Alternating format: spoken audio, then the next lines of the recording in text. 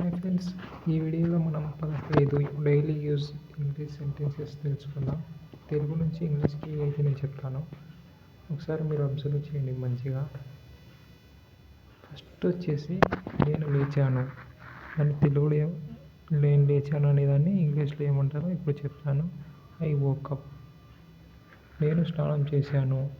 I took a bath. నేను స్నానం చేశాను. I took a bath. నేను తిన్నాను. I ate. నేను తిన్నాను. I at.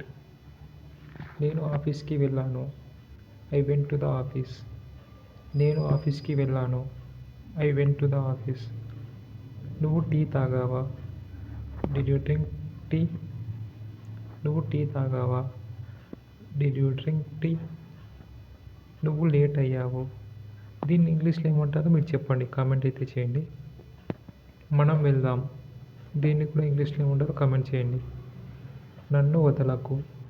సేమ్, దీన్ని కూడా ఇంగ్లీష్లో ఏమంటారో కామెంట్ చేయండి. నెక్స్ట్, నాకు నిద్ర వస్తుంది. I feel sleepy. నాకు నిద్ర వస్తుంది. I feel sleepy. నేను బిజీగా ఉన్నాను. I am busy. నేను బిజీగా ఉన్నాను.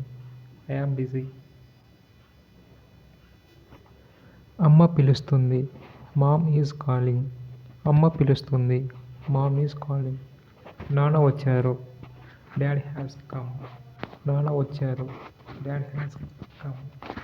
నువ్వు ఎక్కడికి వెళ్ళావు? Where did you go? నువ్వు ఎక్కడికి వెళ్ళావు? Where did you go?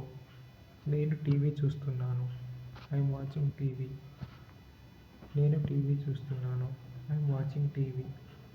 నేను పని చేస్తున్నాను. I'm working. నేను పని చేస్తున్నాను. I am working. ఇలా మనం రోజు కొన్ని వర్డ్స్ అయితే చూద్దాము. ఫస్ట్ ఇది స్టార్టింగ్ స్టేజ్ కాబట్టి చిన్న చిన్న పదాలతో స్టార్ట్ చేసా. ఇంకా రాను గ్రామర్ మొత్తం చూద్దాం మనం.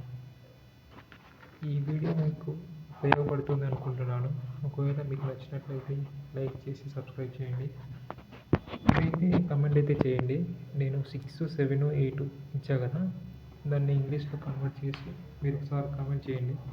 చూద్దాం మీకు ఎంత ఐడియా ఉందో. Thanks for watching. బాయ్.